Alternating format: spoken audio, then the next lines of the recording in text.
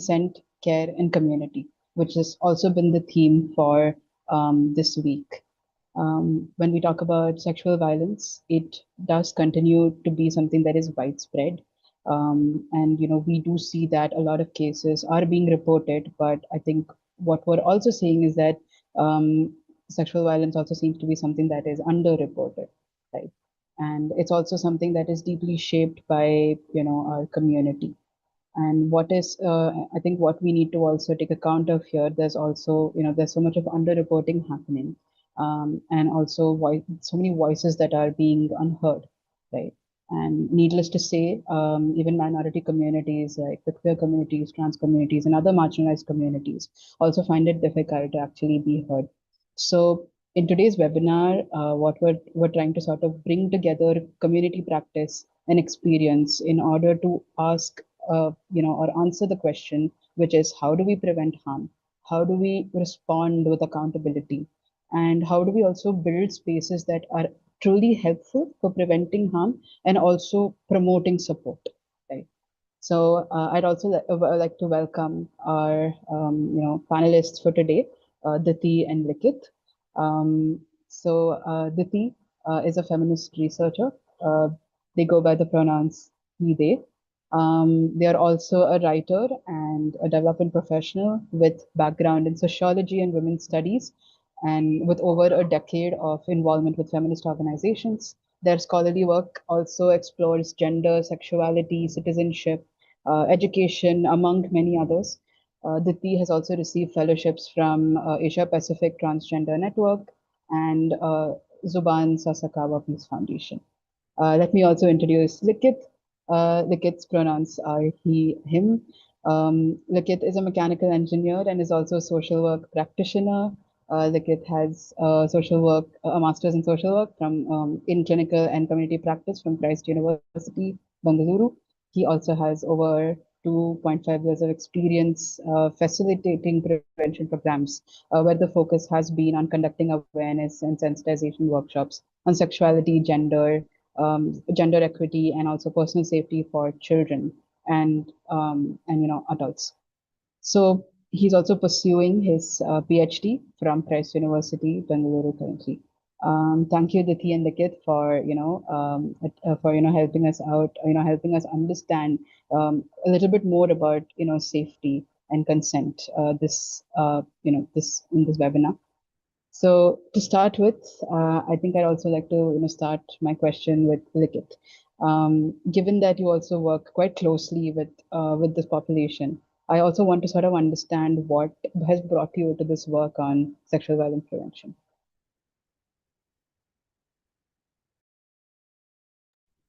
Right. I hope I'm audible. Yeah. Yes. So hello, everyone. Thank you for the introduction as well. So what brought me to this field, particularly on child sexual abuse and prevention of violence?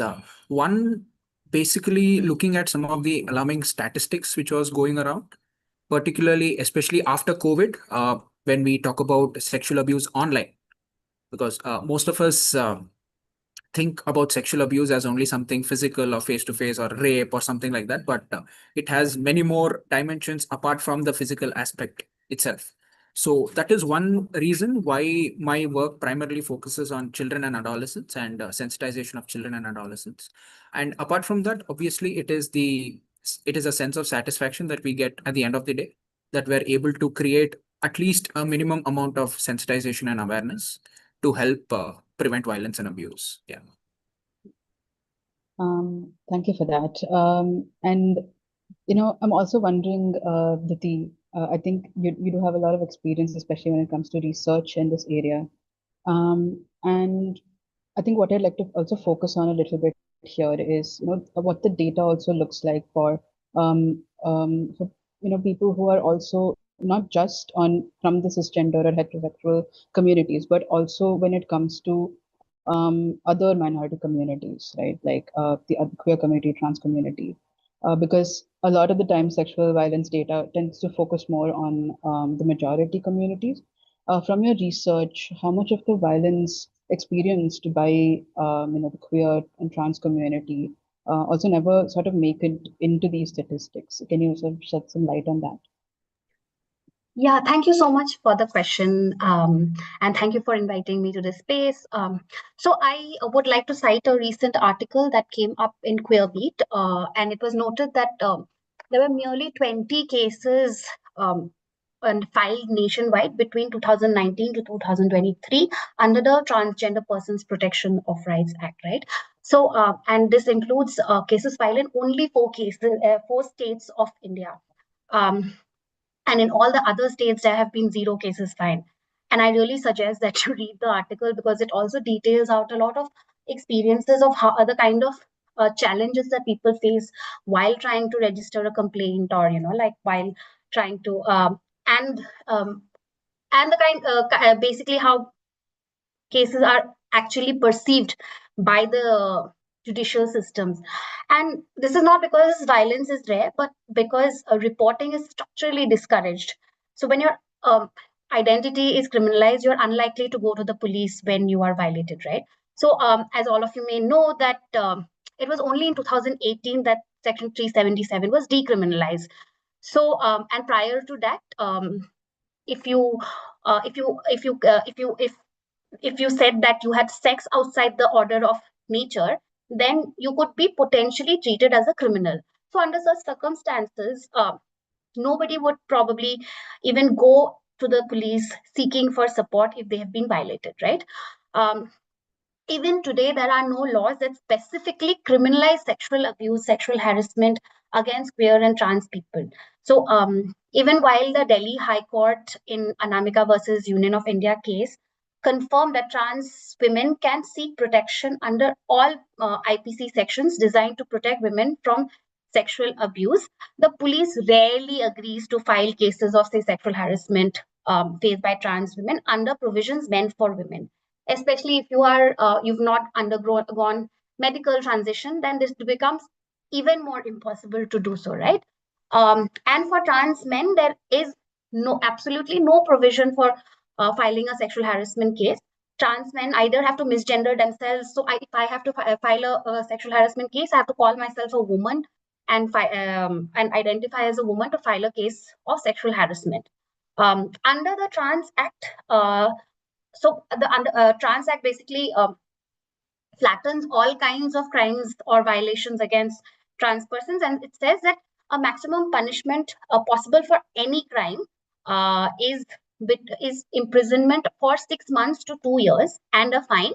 And the act does not even say specify a minimum or a maximum amount of fine that can be put given to a person. So, and knowing the Indian legal system, the trade-off for this kind of a punishment going through for a complaint on sexual harassment, the trade-off much be is probably not worth it for most people, especially for many of us who live very precarious lives. So, and under the BNS, there is no provision to criminalize sexual abuse against cis men, say, for instance, right? So because section 377 no longer exists.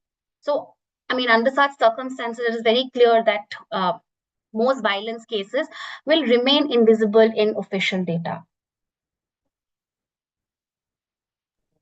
Yes, I think it is quite unfortunate that laws, even though they are put in place, there is no clarity as well in terms of how can minority communities, and when I say minority, I feel like a lot of the times even men end up being sort of marginalized in a way, because even though this is a very real concern that they also face, and the trans community also faces, I think they somehow still become sidelined in being sort of taken seriously, right?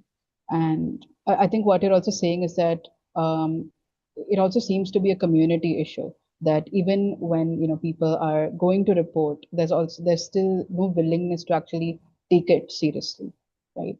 And I'm also wondering, then I think there's also this question about, then do people really feel okay in opening up about this or not? And I think that's sort of the major reason why underreporting is also happening, because a lot of the times there's this fear about what if I'm not taken seriously. And I think this is why I think it's important to define this aspect of safety I know that is also something that we're talking about in our webinar today, but I'd like to know, from Likith, especially because you also work with them much more closely, is also how would you define safety? Because there seems to be, again, we do talk about safety a lot, but I don't know if there is truly a sense of safety that survivors, actually feel in coming and opening up. So I'm wondering how or what does safety really mean for survivors, and what do you think it would look like? Uh, well, actually, because there is no set definition of safety, because if you look, safety is something we cannot look at in singularity, because it is usually an intersection of various factors, right? Because when you talk about survivors of abuse or violence, so there are a lot of factors which come into the picture. So a person who is high on socio-economic status might not face similar challenges as compared to a Dalit who has experienced the similar abuse. So when you draw dynamics based on caste, based on socio-economic status, based on region, based on culture, based on the sex, based on the gender, identity, orientation. So safety does have one particular definition. However, when we talk about a common definition of what constitutes safety, it could possibly be the holistic component, which is physical, emotional, psychological, and safety from violence and abuse. So that's the best possible answer anyone could give on a very general basis. However, it depends completely from individual to individual, the institution that they belong to, and the institution where the violence or abuse is happening. So that also plays a very important role. Yeah. Yeah, I think somewhere the systems also play a very important role here, and I think you're talking about something very important here, which is I think intersectionality, right?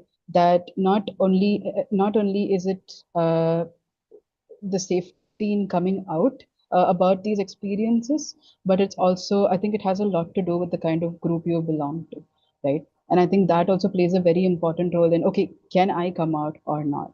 And I'm wondering, Diti, because you also, do a lot of work around this topic. I'm wondering if there's anything that you'd like to add here about how intersectionality also plays a role in terms of being able to talk about these experiences that people have.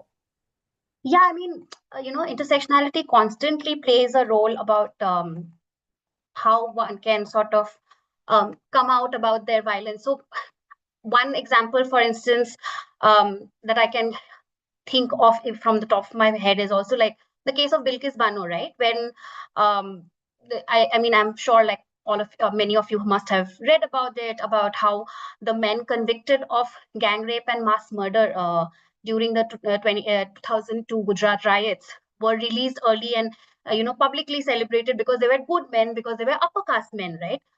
So thankfully the Supreme Court reversed their early release, and the rapes were sent back to jail.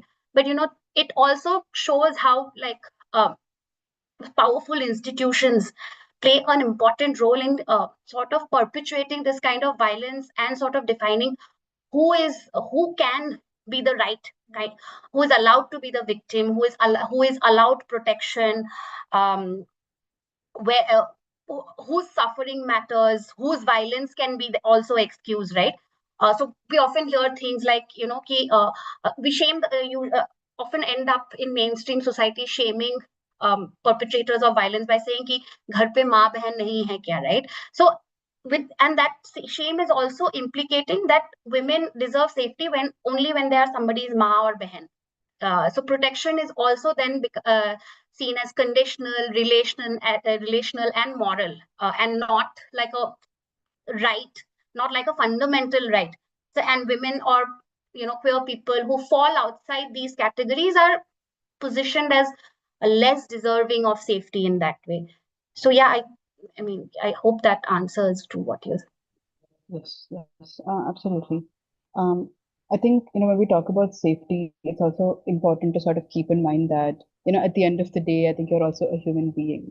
But I think a lot of the times, there are so many other elements that are sort of present in the system that also make it difficult to sort of keep that in mind.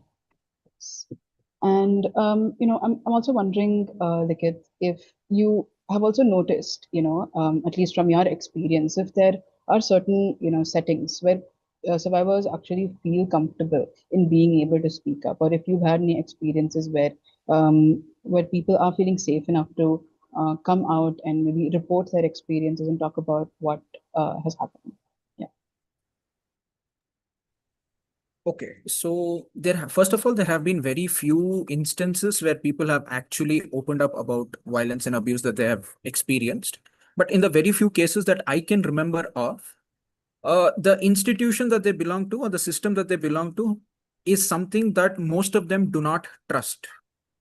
Like for example, if I'm doing a workshop in a particular school, so and the facilitators or the group that I go along with, we are able to create pretty much of a safe space for children to open up about their challenges, and sometimes some of them come and disclose instances of abuse and violence that they've faced.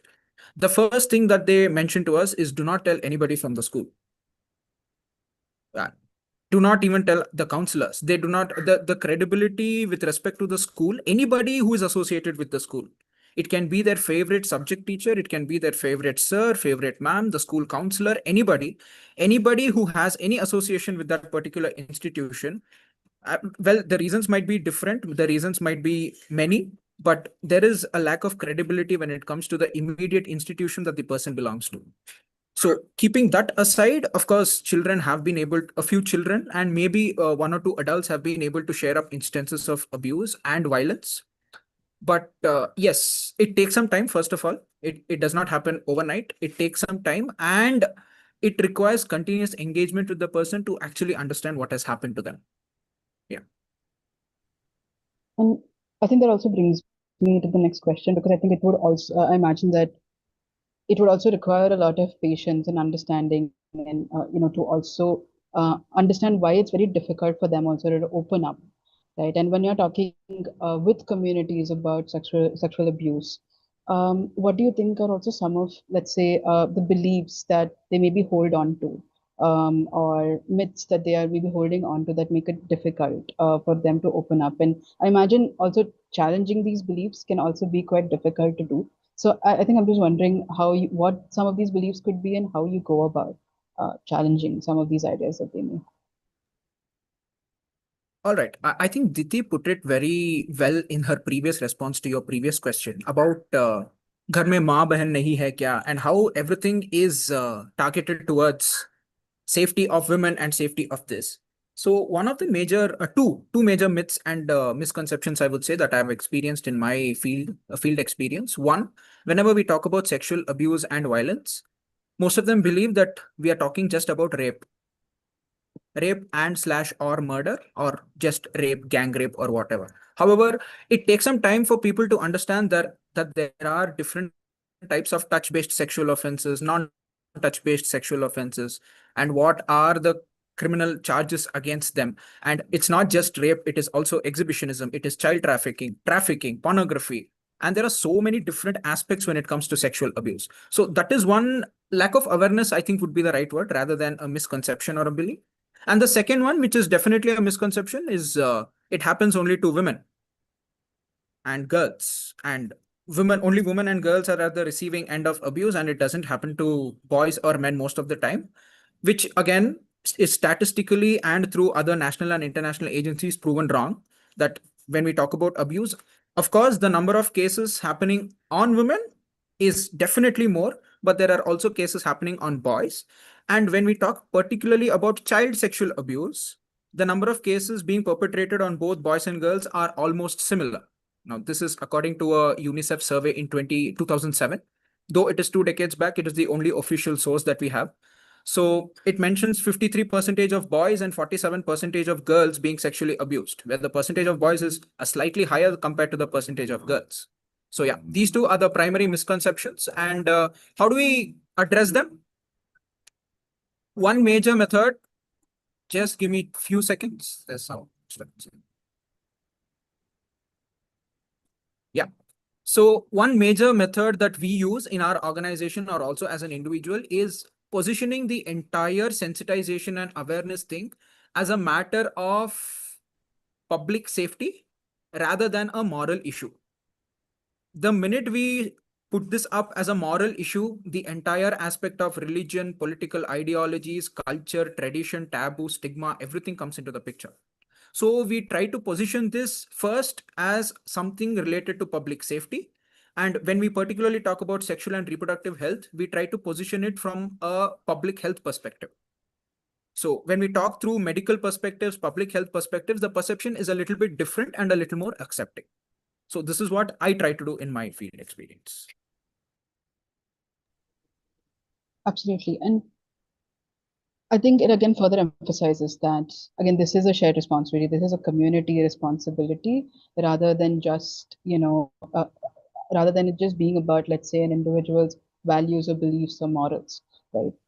I think that also brings me to another important statistic that I remember reading that out of a lot of the sexual abuse cases that do happen that are reported, almost 80 to 89% of the time it happens to be the survivor happens to know who the perpetrator is, right? I think that just sort of further adds on to the fact that yes, this is more of a community issue and responsibility that each of us need to take, right?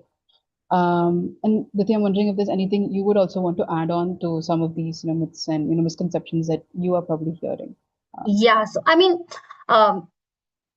Likhit has actually brought about various very important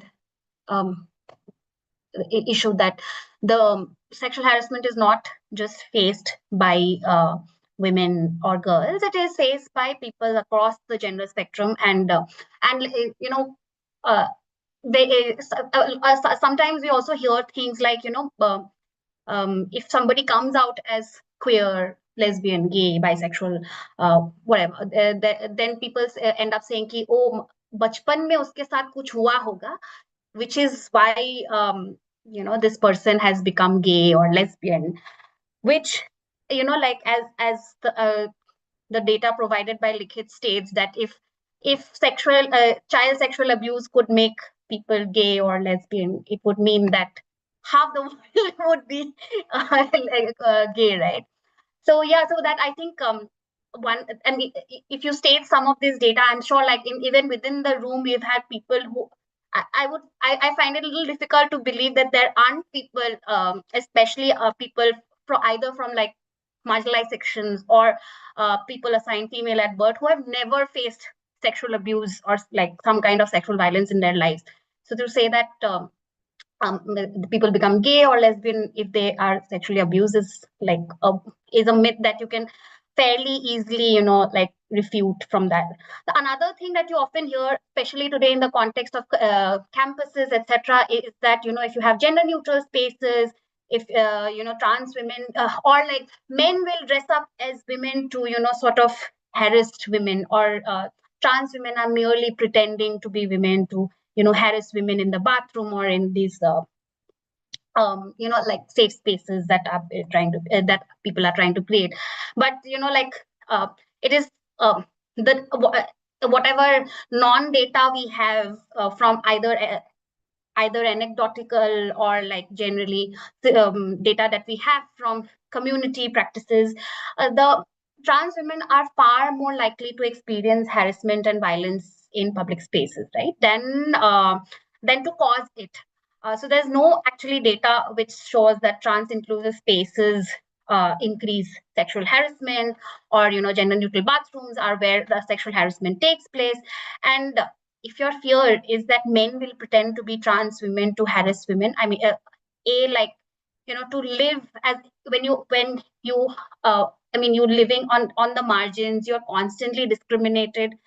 I think you will probably, the likelihood of you pretending to be something or somebody who is constantly discriminated or like constantly ridiculed is very less, right? So and if men are doing it, if men are wearing a sari one time and going to the women's washroom to harass women, then it means that the problem is still harassy men and not trans women. So like there are some of these myths, and then the other myth is that trans women use their bodies.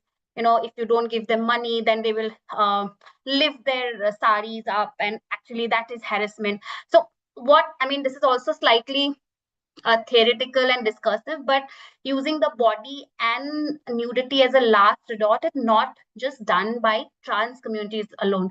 So you must, I don't know if some of you have read Maheshwata Devi's breast story. So there is actually a story about how the woman's how women use as protest, or like even I think we have bhakti poets who've used nudity as a resistance to the patriarchal violence, right?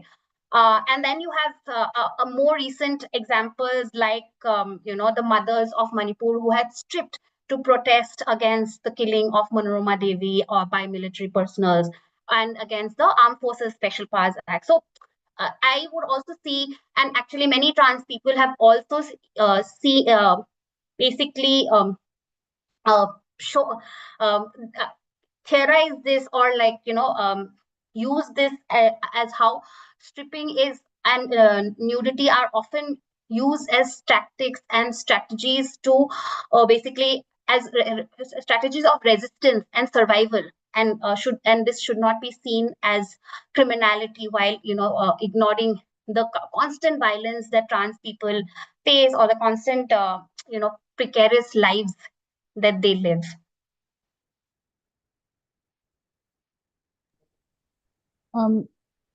As you were talking about this, I think one thing that is also standing out to me is also that a lot of these beliefs are also driven by fear, right?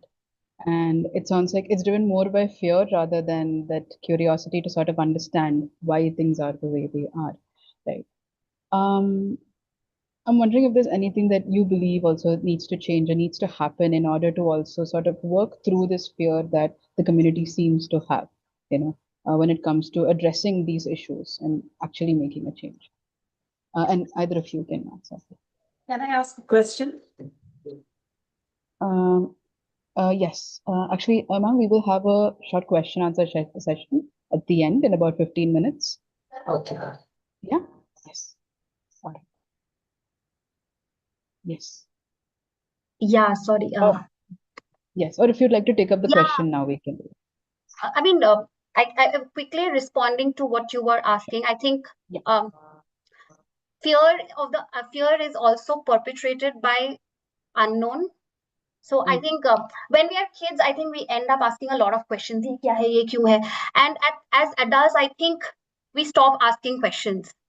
And even as children, a lot of the times we are told, don't ask questions of adults, just listen. Like obedience is equivalent to respect.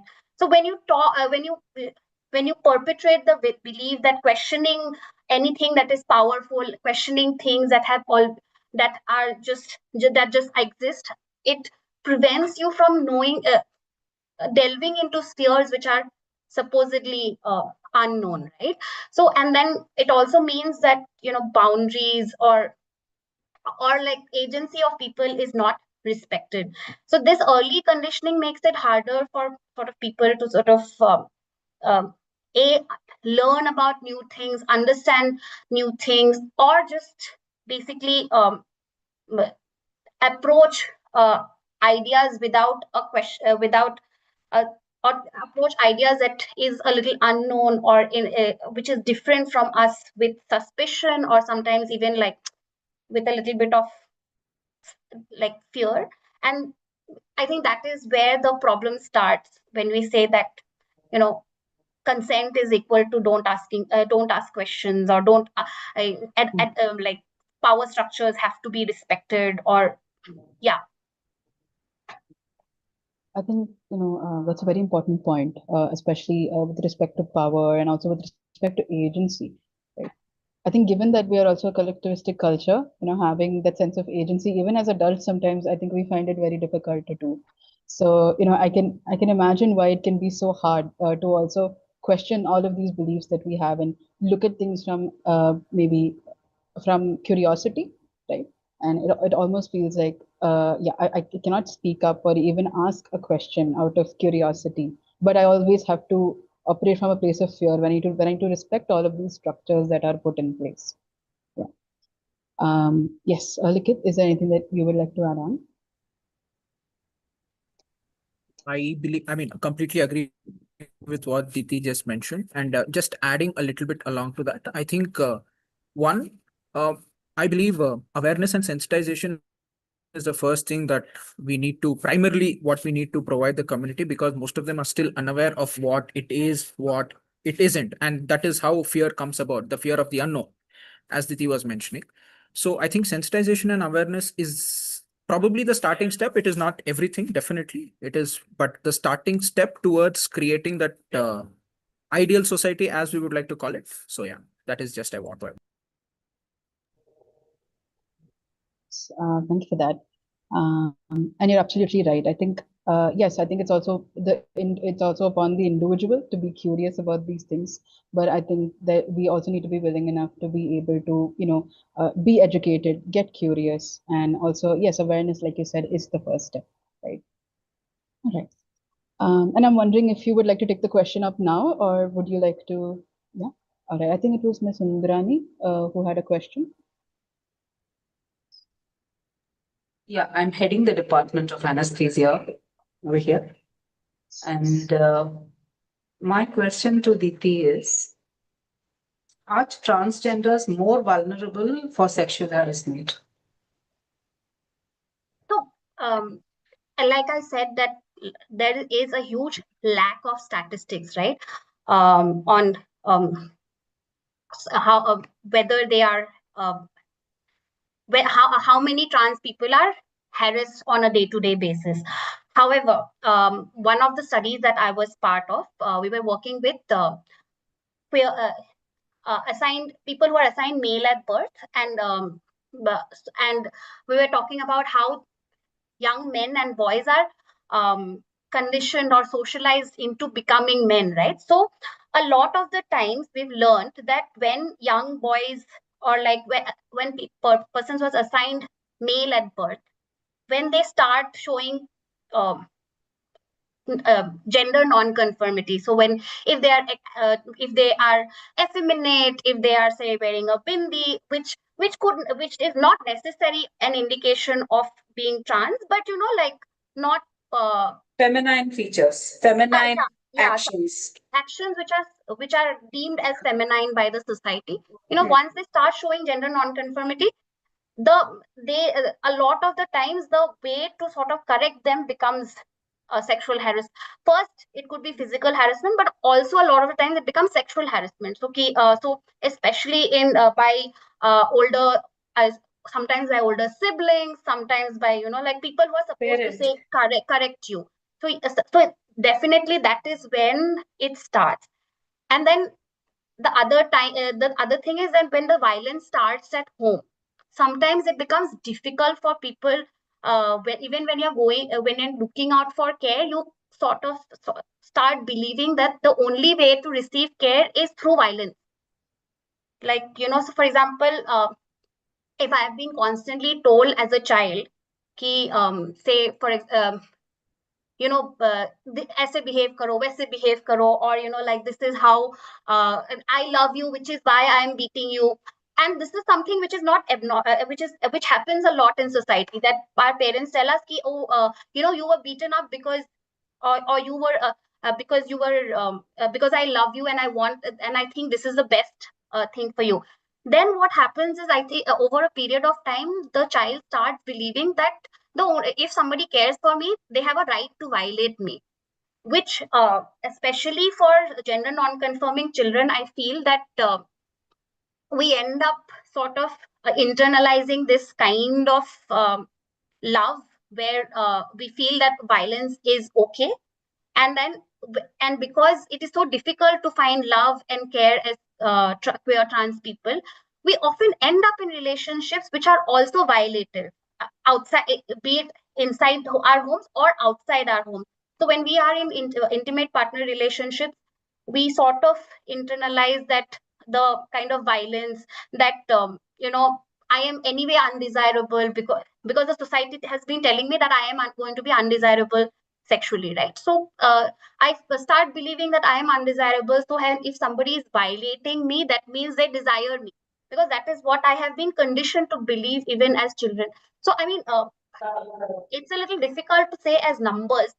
Statistically, I do believe anecdotically from what we hear, that They are more vulnerable. they are more vulnerable, but definitely, yeah.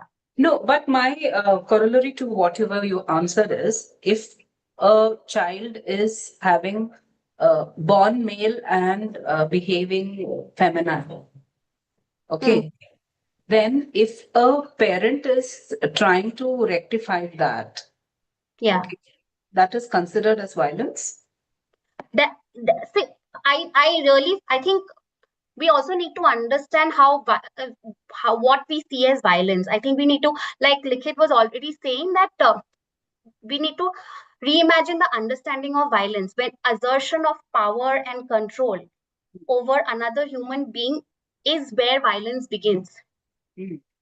Right? So if But supposing, see, for example, even forget about this aspect. We as parent, we do assert our power and control when they commit mistakes, when children commit mistakes, when they kind of back answer, or when they don't do things in time, and when they don't eat well and they don't play well, they don't come back home, they don't listen to you. So we have to overpower them to a certain extent and correct them. Right. So can this also be added to that? So I would suggest that it is always possible to have certain kinds of conversations with children. And Likhit, because he works more with, I think, younger people, children especially, who might be able to take this better. But maar pitai is probably not. No, not Yeah. marpitai. Marpitai is not allowed anyway as Yeah. such. But And what I'm saying, being strict about, you're not supposed to, you're a boy, and there's a society which expects you to wear a shirt and pant, not a sari, things like that. So if, you can tell it in a nice way also. And what I personally feel is, it depends upon how strongly the child wants to exhibit the other side. If it is only a mild kind of thing, you can always kind of rectify the whole issue. But then if the child really feels strongly about being the other gender, then probably you should let go. That's my feeling. Yeah, I mean, I respect what you're saying, but I mean, it's also very societal to think, no, that this is the kind of dress that is supposed to be worn by men. Say, like, if you look back, even like 30 years back, for women to wear jeans was Agreed. seen as a taboo, right? So, I mean, all these norms are also defined with changes in time. Who has told us that blue is for boys, right? It's something that the market has created over a period of time. Matlab, Kinder Joy today sells chocolates with games for boys and games for girls. These are all constructs of gender that these are all marketing strategies. Yeah, marketing gimmicks almost, right? So let the child also find that safe space to explore what they like. They will figure out, and it's not easy sometimes, because if you're getting hammered with a lot of these marketing gimmicks, then you're obviously not growing up in a neutral society. Then for the parent to also be able to have that conversation in a more gentle manner, instead of like, say, okay. The other part of the thing is, as a parent, if the child wants to wear like a little bit of bindi. A lot of the times, I think boys want to wear bindi because it's just colorful, and children love colorful stuff. So, I mean, to then categorize for a 3-year, 5-year-old, to then penalize them and say ki अरे नहीं ये तुम नहीं कर सकते. Also, I think sort of plays into the psyche of a child, right? That then probably if they have that desire, will manifest in doing it in hidden forms, or doing it in ways which are not, like, say, for example, now now a lot of parents are saying that, let me talk about safe sexuality, or like safe sex, how to use a condom with my 15-year-old child or a 17-year-old child, because I know that a 17, 18-year-old is likely to be curious about these things. Is so I think my suggestion would be like you can't talk about sexuality, you can't talk about safety and consent in a state where there is moral panic or where there is so how do you then approach Schools are doing it. Schools are doing it. exactly, schools are completely Yeah. doing it. So how Yeah. do you approach some of this without in a more sex positive manner, without a situation creating a situation of moral panic, I would suggest. Mhm.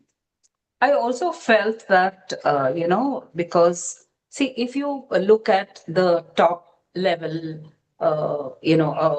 posts like, like president, vice president, director, or even the medium level posts, the trans are almost negligible in these posts. So you have to think about it. Why? Right? That is one thing. So I can hardly recollect anyone except I think who's that? Who's that industrialist? Um, Industrialist, not Bajaj. Is it Bajaj?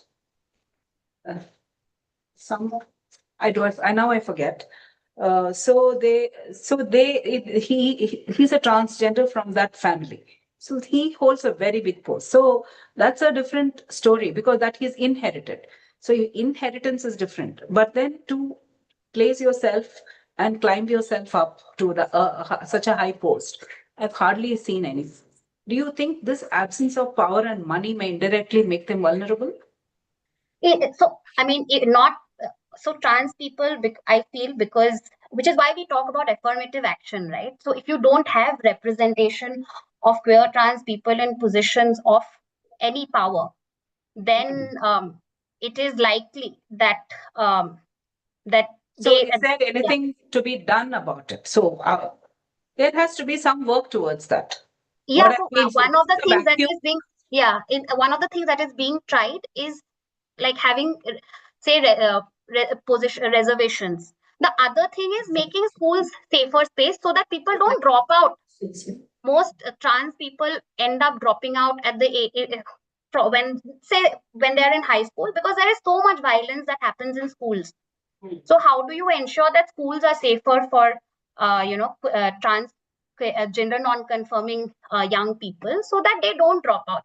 So if the moment they drop out at the age of like say 13, 14, 15, then Then climbing you up, don't end up with any post, right? then the climbing up, going anywhere in the professional space becomes very difficult. Right. I'm sorry Right. if I'm taking a little too much space. Thank you. Not at all. Thank you so much for those questions, Indrani, and thank you, Diti, for answering them. Yes, just coming back to again, when we're talking about the theme of today's, also Dr. Shweta, can you requesting you to mute yourself? I think someone's mic is on. Dr. Shweta? Yes. Right. So,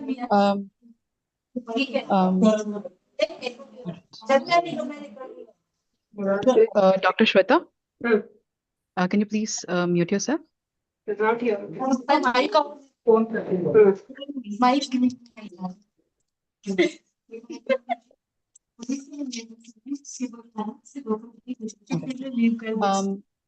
So coming back to today's day, I think our theme again is about consent, care, and community. And I think I just wanted to also ask you is how do you think these three things are connecting with respect to safety of individuals? I know we've been talking about safety a lot, but it might really help to understand that as well. How consent, care, and community also ties into safety of people. And any one of you can take it. Right. So when we talk about consent, care, and community, I mean, fortunately, we can remember them as the three C's: consent, care, and community. Very, very important towards safety because one, when we talk about consent, it is just not about telling a yes or telling a no or taking permission from people. It is more about understanding the personal space and boundaries of individuals and first of all of ourselves, and then respecting that in order to ensure that, first of all, we are safe and people around us are safe as well. And now bringing that concept into the Indian system is a little bit difficult because when you take the most basic institution like a family, the topic or the idea of consent is absolutely diffused. I mean, it's almost negligible. Everything is done under the name of love, care, affection, and children are taught to obey their parents and all their elders under the name of respect, which again are two completely different things, right? So, and again, when we talk about care, I think care will come last. When we talk about the community, I think the conversation that Ms. Indrani and Diti were having about gender stereotypes and the gender norms and how society expects certain genders and certain sexes to behave in certain ways. If the community were more of an accepting space, if the community were more of having more proactive attitudes towards all of this, I think all these discourses would not even be in the picture. So it would be, in that case, when these discourses are not in the picture, the primary focus could possibly shift towards safety and security of children, adolescents, adults, and everyone. So I believe this is how we can connect the three of them. Yes, I think that's very important when we talk about acceptance. I think accepting is also, and just maybe being curious about whatever the other person has to say. I think is very key to, and also maybe also putting our judgments aside for a moment. I think that really helps when it comes to making the other person feel safe. Like they can trust you as well. And I think that also brings me back. I think, even when Indrani ma'am was asking that question, I think one thing I wanted to add was I think there's a difference between disciplining, right? And also knowing when, also maybe trying to approach it from a more curious perspective. I think a lot of the times we do sort of handle all these situations from, oh, but this is what my beliefs are and this is what it should be. I think when, let's say, children are also challenging that, it's also important for us to maybe take a second to say that maybe we need to sort of have a more open perspective towards this.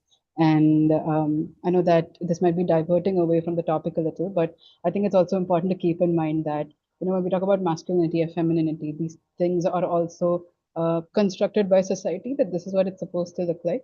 So when we also hear children, when we see children challenging that, I think it's important to keep that in mind, that that open perspective that yes, these are constructs created by the society, and maybe we can just be more curious and redefine what masculinity, femininity, or just even not wanting to conform to these labels, or what that is going to look like, right? And I think the more accepting we are able to be, not just of these communities, but also when people are sort of trying to open up about these very sensitive experiences that they're having.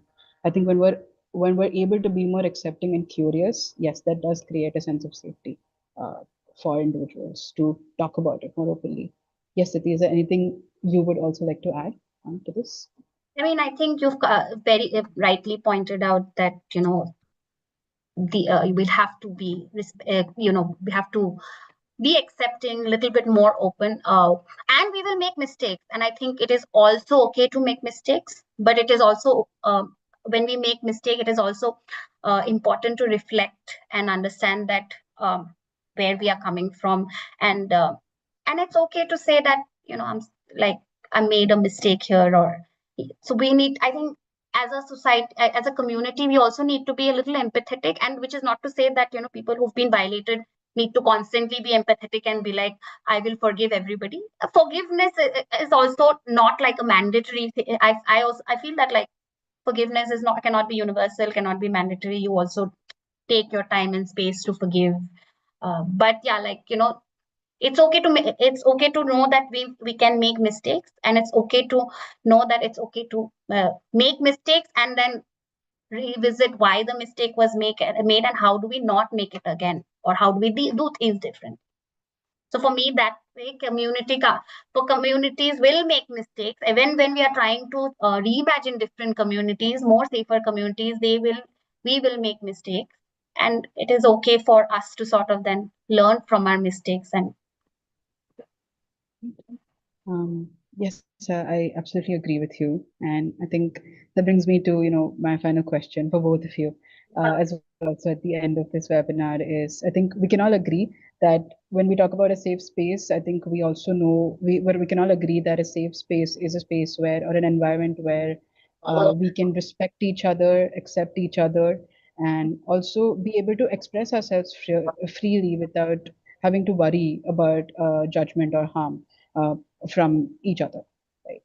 And reflecting on this, and given that today is also about how we can create more safer communities where we can prevent more further harm from occurring to people, I'm wondering, what do you think are some things that you would also want to leave us with in terms of making, let's say, our campuses more safer, our communities more safer? Likith, would you like to? Yes.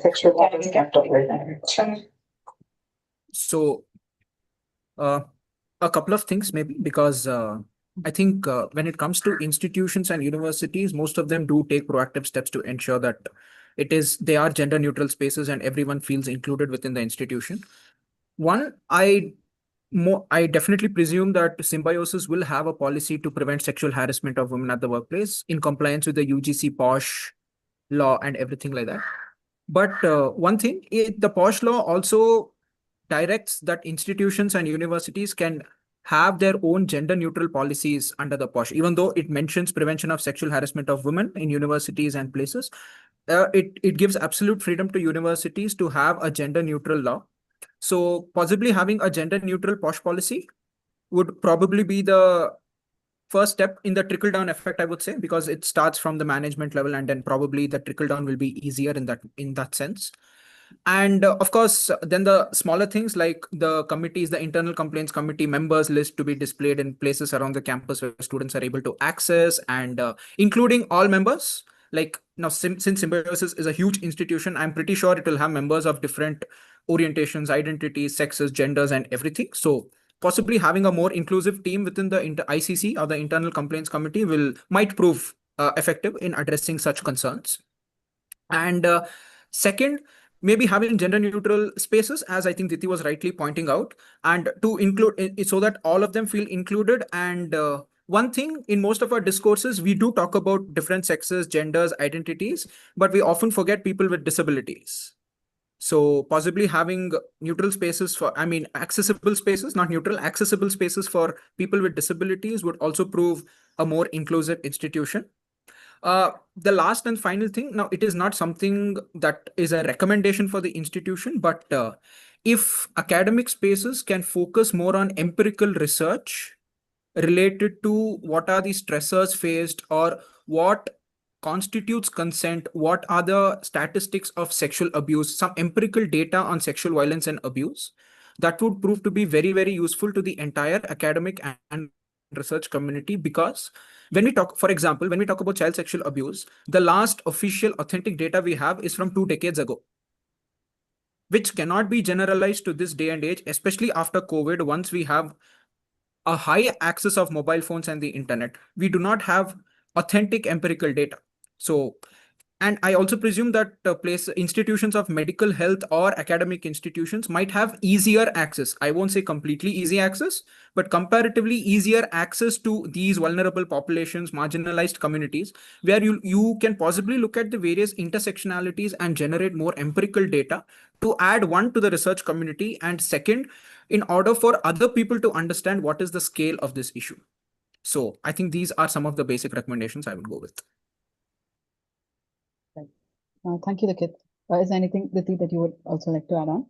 Yeah, I mean, just adding to what Likith just said, that, when trainings are, say, for example, happening for people from the ICC, the idea is to hold people in positions of power accountable. So people who have the power to shape norms, people who are making these norms, which does not. So when we talk about gender neutral laws, we also should recognize that even within the students community, there would be people who are more powerful than others. Like, for example, senior junior dynamics.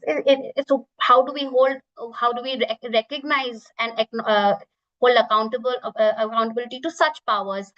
Talking about powers of caste, say, for instance, within the student fraternity, within the faculty.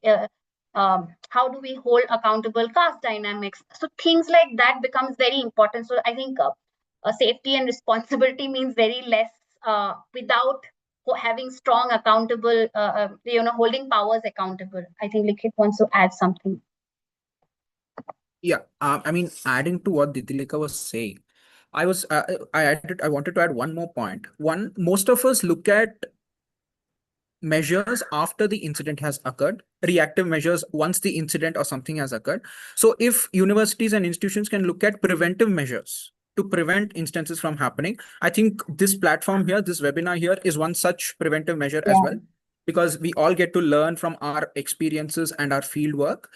And many such there can be many such activities, interactive ones, discourses, discussions, whatever. But if institutions can focus on more preventive measures apart from the reactive measures, I think that would prove more effective as well. Yeah, which is very interesting because now we no longer call it the ICC, we call it the IC, because the idea is that you create a conducive environment within the university so that you're able to prevent violence because before it actually happens. So you have committees in place. So a platform like this can be immensely educated. So instead of if you have the one lone trans student in the Symbiosis classroom, that student, all questions do not get poured on them ki acha matlab who is a trans person, why are you like this, instead of that you can create safe spaces, you can create classroom spaces, you can create lecture spaces where some of these conversations can happen in a more safe space where people are more ready, because if there is a very thin line between being curious and all, and then harming the other person by asking your questions. You also need to be mindful when you're asking questions. How do you ask them in a dignified manner? How do you ask them in a respectful manner? And also to be how do you ensure that people, if they're not in a position, I might not always be in a position to answer your questions as a sexual harassment survivor. I might not want to answer questions about my violence or my experiences. How do you respect some of those things that instead create an environment where some of these things can be discussed, and universities are spaces where discourses are created. So, I mean, no other place better than the university where students from different sections come together to learn something. Yes, absolutely. I think it's a very important point that you had sort of made here about that line between curiosity and also interrogation. I would say, right, that we're not trying to interrogate, but we're also trying to gently understand, right, what the other person's experience is. And thank you for shedding some light on that.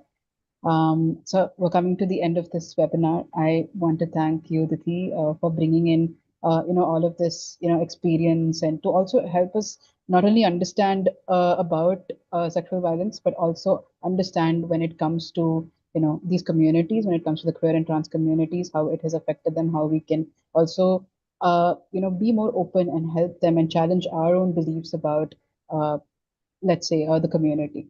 Right?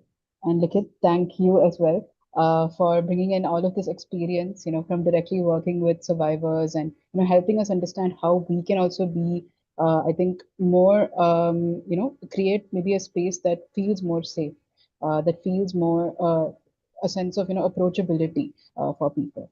Yes. And we are out of time, but if there are any questions that anyone has, if Diti and Likhit, if you're interested in maybe giving them details about how they can reach out to you, maybe they can reach out to you directly if they have more questions from our webinar today.